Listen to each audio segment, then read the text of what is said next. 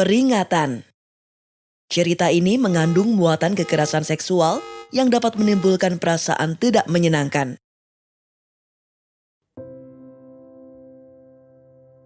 Menjaga Asa Perempuan Pembela HAM oleh Maidela Syahni, tim LBH Apik, dan tim LRC KJ HAM.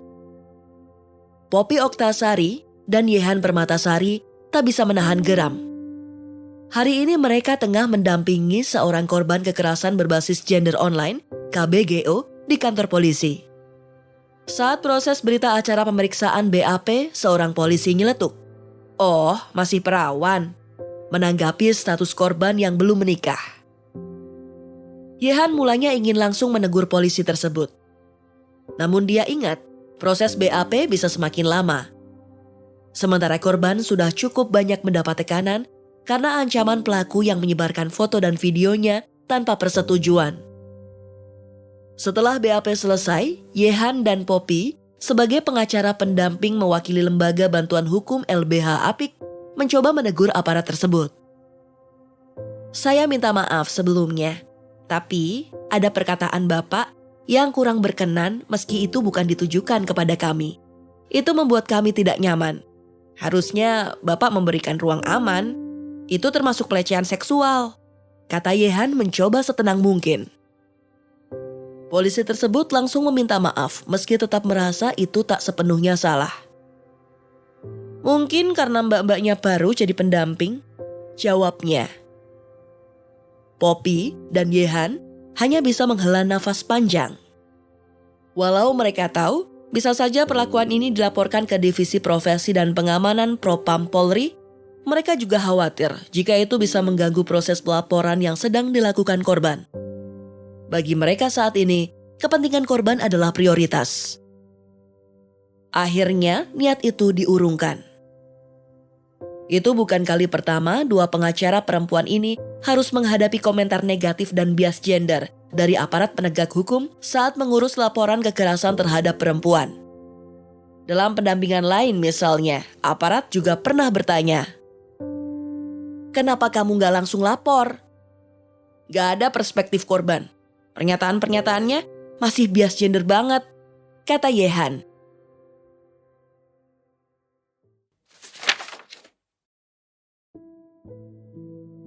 Para pembela perempuan dari Gen Z. Poppy dan Yehan bertemu di LBH Apik awal 2023. Yehan bergabung dengan LBH Apik pada 2022. Disusul Poppy pada Februari 2023. Keduanya tertarik dengan kerja pendampingan LBH Apik setelah melihat Instagram LBH Apik yang aktif mendampingi korban kekerasan terhadap perempuan dan anak. Sebelumnya Poppy sama sekali awam dengan isu perempuan. Ia pikir laki-laki dan perempuan sudah setara. Sedangkan Yehan memang sudah tertarik sejak awal dengan isu hak perempuan dan anak. Pucuk dicinta, ulam tiba. Niat Poppy dan Yehan mendalami isu hak perempuan bersambut saat LBH Apik membentuk Akademi untuk Penghapusan Kekerasan Seksual sebagai bagian dari program yang didukung oleh Voice Global. Lewat program ini, Poppy, Yehan, dan sejumlah pendamping korban kekerasan seksual lain yang tergabung dalam konsorsium yang dipimpin oleh LBH Apik merancang 6 kegiatan, mulai dari workshop pemahaman Undang-Undang Tindak Pidana Kekerasan Seksual UU TPKS, pelatihan menulis, pelatihan untuk pemangku kebijakan terkait, termasuk polisi, jaksa, hakim, dan sipir, pemantauan kasus kekerasan seksual, pelatihan lobi dan advokasi, hingga membangun jaringan. Program-program ini melatih mereka memvalidasi perasaan korban, menangani korban yang mengalami trauma, dan menyusun strategi mendampingi korban, baik secara litigasi maupun non-litigasi. Poppy masih ingat kasus pertama yang ditanganinya sungguh menguras energi dan pikirannya. Saat itu, seorang perempuan hamil dan ingin menggugurkan kandungannya. Mitra ini, begitu mereka menyebut korban, mencoba meminum pil penggugur kandungan di kosannya. Namun, efeknya membuat korban begitu kesakitan. Korban kemudian meminta temannya mengantarnya ke rumah sakit. Saat itulah masalah lebih berat muncul. Pihak rumah sakit menemukan indikasi aborsi pada diri korban. Alih-alih menangani korban dengan sigap tanpa peduli kondisi fisik dan kejiwaan korban, pihak rumah sakit justru melaporkan korban ke polisi karena dinilai melanggar kode etik. Poppy sebetulnya heran. Tak ada pihak yang dirugikan dalam kasus ini, kecuali korban yang harus menanggung sendiri trauma dan sakit akibat aborsi. Kenapa pihak rumah sakit harus menuntutnya? Walau Poppy dan tim LBH Apik beberapa kali mencoba mediasi kepada pihak pimpinan rumah sakit, mereka tetap ingin melaporkan korban. Bukannya mendapat layanan medis di rumah sakit, justru pihak rumah sakit menambah beban korban, hingga kemudian korban harus jadi tahanan kota. Selain proses hukum yang menjadi masalah, rumah sakit juga membebankan tagihan hingga puluhan juta rupiah. LBH Apik tak hanya mendampingi kasusnya secara hukum, namun juga mendampingi korban untuk mendapatkan pekerjaan baru karena korban juga harus membayar biaya rumah sakit. Setelah kasus itu, Poppy dan Yehan menerima lebih banyak kasus kekerasan terhadap perempuan dan anak, termasuk perdagangan orang dan KDRT. Salah satu yang mereka ingat, suatu hari di bulan September, seorang perempuan datang dengan mata merah dan lebam. Korban baru saja dibukuli oleh suaminya. Korban datang dan ingin minta pendampingan melapor ke polisi. Mendengar kronologis cerita korban, mereka sepakat meminta polisi menggunakan Undang-Undang Penghapusan Kekerasan dalam Rumah Tangga UU PKDRT. Namun, saat itu polisi bilang mereka tak bisa menggunakan undang-undang tersebut karena korban hanya menikah siri dengan pelaku. Polisi bilang mereka akan gunakan UU KUHP. Poppy dan Yehan berusaha menjelaskan kalau UU PKDRT bisa digunakan dan akan lebih menguntungkan korban. Dalam pengalaman dan pelatihan yang mereka dapatkan dari program Voice, mereka memahami bahwa lebih mudah mencari saksi dan bukti jika menggunakan UU PKDRT. Hukumnya pun bisa jauh lebih berat.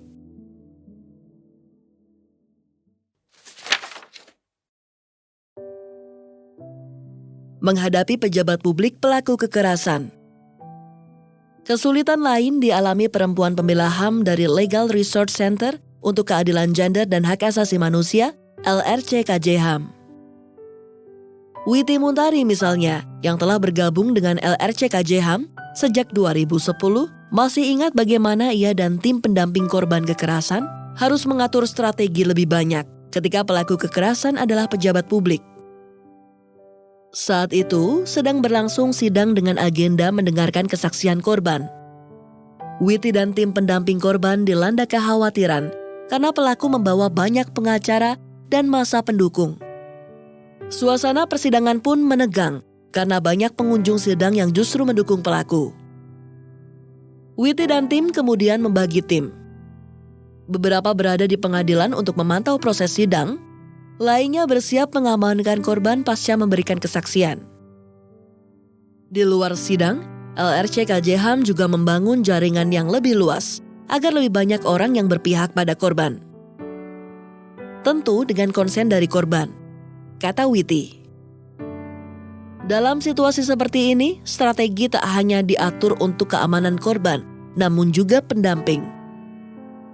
Tak hanya itu, kadang mereka juga harus menghadapi pihak-pihak yang masih membujuk korban agar mencabut laporan atau menghentikan proses pelaporan di kepolisian. Di persidangan, Witi ingat pernah ada hakim yang mempertanyakan kapasitas pendamping korban atau jaksa yang masih menggunakan toga dalam sidang dengan korban anak. Anaknya nangis menjerit-jerit, kata Witi. Hadirnya UU TPKS sayangnya juga belum bisa menjadi harapan baru untuk perlindungan korban kekerasan seksual.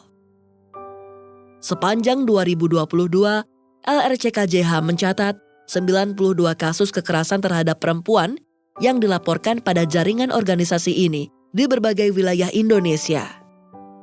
Sebanyak 57 diantaranya adalah kasus kekerasan seksual. Dari semua kasus, hanya satu kasus yang diproses menggunakan UU TPKS. Penerapan UU TPKS di lapangan masih tersandung persoalan seperti stigma sosial, konteks budaya dan adat, hingga tekanan pada korban perempuan. Salah satu contohnya terjadi di Jawa Tengah saat seorang perempuan berusia 22 tahun melaporkan kepada LRCKJHAM bahwa ia mengalami kekerasan seksual di kosnya. Saat itu pelaku menyelinap masuk kamar kos ketika korban sedang tidur. Setelah korban terbangun, warga sekitar datang memberikan pertolongan. Akibat kekerasan tersebut, korban mengalami trauma, selalu menangis, tidak ingin makan, tidak bisa tidur, hingga ingin bunuh diri. Atas keinginannya, korban melaporkan ke polsek setempat. Laporan korban diterima menggunakan KUHP pasal 281 dan 290. Tapi karena bapak pelaku memohon-mohon kepada korban, akhirnya korban mencabut laporannya kepada polisi. Korban mengaku bahwa keputusan berat tersebut sebenarnya bukan karena didasari rasa iba atau kebaikan hati sesaat, tetapi karena korban sadar bahwa kekerasan seksual dianggap aib oleh masyarakat. Ia tahu ia akan menghadapi banyak tekanan dari keluarga pelaku dan orang-orang di sekitar pelaku. Ia memutuskan untuk tidak melanjutkan kasusnya. Salah satu jejaring LRCKJHAM di Jawa Tengah, organisasi Tali Takum, bahkan pernah melaporkan bahwa tidak ada satupun kasus kekerasan seksual yang mereka tangani yang diproses hukum. Peranan mereka terbatas pada proses pemulihan psikologis. Karena tidak ada keadilan ini, korban dampingannya cenderung sangat tertutup, tidak mudah percaya pada orang lain, dan sulit mengisahkan pengalamannya.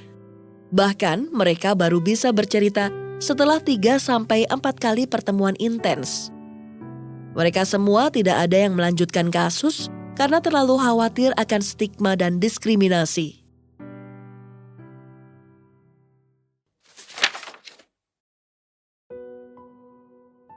Susahnya implementasi UU TPKS. Di Provinsi Nangro Aceh Darussalam NAD, stigma ini bahkan terpatri dalam hukum. Sepanjang 2022, LBH Apik Aceh menangani 18 laporan kasus kekerasan seksual. Namun UU TPKS seolah kehilangan gigi karena aparat penegak hukum cenderung lebih menaati kode hukum lokal atau kanun jinayat. Contoh kasus yang nahas muncul saat mereka menerima laporan seorang perempuan muda penyandang disabilitas mental yang diperkosa oleh tetangganya.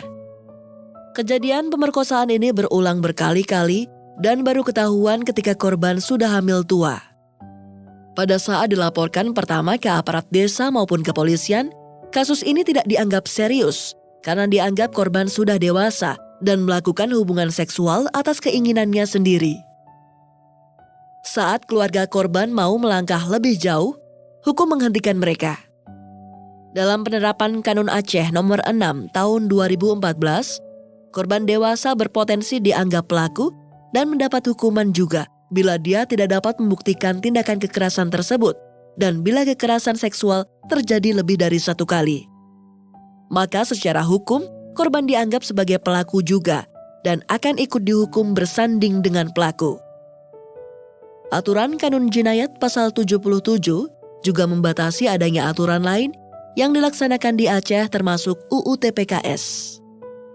Walhasil, semakin sulit bagi korban untuk mendapatkan keadilan dan pemulihan.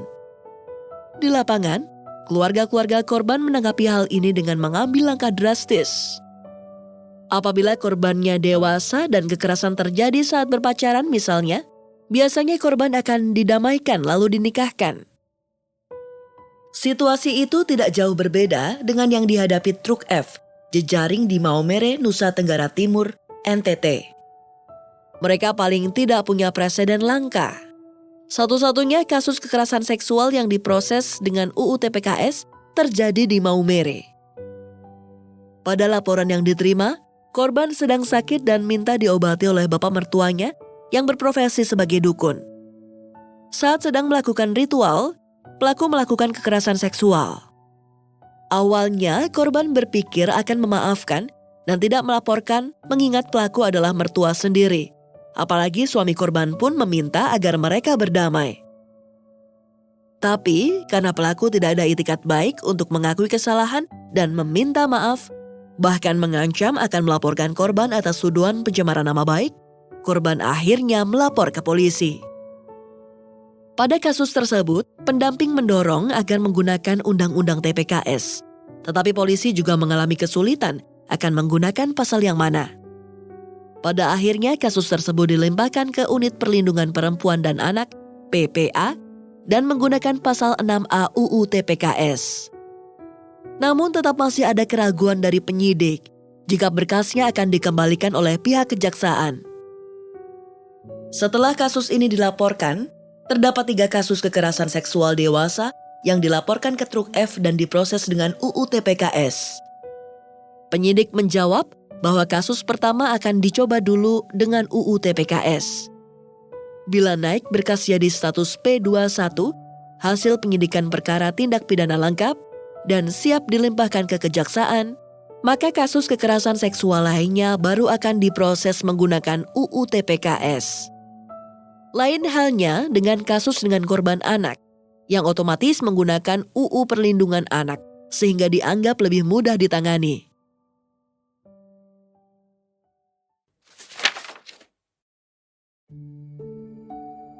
Stigma terhadap korban jalan terus. Penanganan kasus mungkin mangkrak, tapi stigma terhadap korban jalan terus. Secara adat, korban kerap dianggap telah melanggar tata krama. Korban pun diasingkan dari kampung karena dianggap membawa malapetaka dan aib. Dalam kepercayaan lokal, kehadiran orang seperti ini akan mendatangkan banjir dan hujan angin, sehingga kampung harus dibersihkan. Lembaga adat setempat melakukan ritual pembersihan dengan membakar semua pakaian korban dan menebang semua pohon yang ada di sekitar rumah korban. Ritual ini dikenal sebagai Demulero Wulan. Tak henti di sana, korban disuruh keluar dari kampung dan dilarang untuk kembali lagi. Korban pun didampingi oleh Truk F dengan diberikan penguatan psikologis, akses ke rumah aman, dan layanan kesehatan serta pendampingan hukum. Lebih pelik lagi, korban rupanya sedang dalam kondisi hamil. Dari mulai kehamilan sampai dengan ketika korban melahirkan, sudah mulai kembali pulih dan akan melanjutkan pendidikannya, kasusnya tetap mangkrak. Ternyata, walau UU TPKS telah disahkan selama setahun, nasib perempuan korban tidak jauh berubah. Mulai dari Aceh, Jawa Tengah, hingga NTT, korban tetap sulit mendapatkan keadilan. Sudah seharusnya pemerintah, aparat penegak hukum, dan lembaga penyedia layanan bersinergi untuk sungguh-sungguh mengimplementasikan UU TPKS. Kasus di Aceh dan NTT membuktikan bahwa hadirnya hukum formal di tataran pemerintahan pusat saja tidak cukup. Dalam kasus Aceh, pemerintah harusnya mengkaji ulang beberapa aturan, khususnya Kanun Aceh Nomor 6 Tahun 2014 Pasal 77, agar UU TPKS dapat diterapkan secara maksimal. Sedangkan di NTT, harus ada upaya kolaborasi dengan lembaga adat untuk mendukung penanganan kasus, perlindungan, dan pemulihan korban.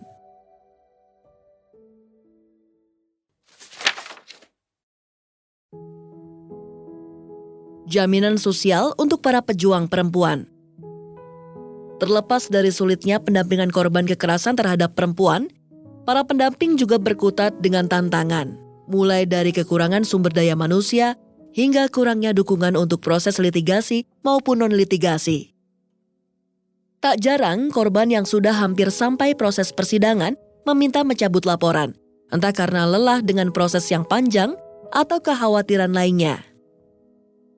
Poppy dan Yehan kadang merasa burn out karena hampir setiap hari menerima pengaduan korban dan terus memikirkan bagaimana dapat membantu korban dengan maksimal. Ditambah kasus-kasus yang rumit seperti kasus KBGO di mana identitas pelaku sulit ditemukan. Padahal identitas pelaku sangat penting untuk bikin laporan ke polisi. Beruntung mereka punya cara sendiri untuk tetap menjaga kesehatan fisik dan mental.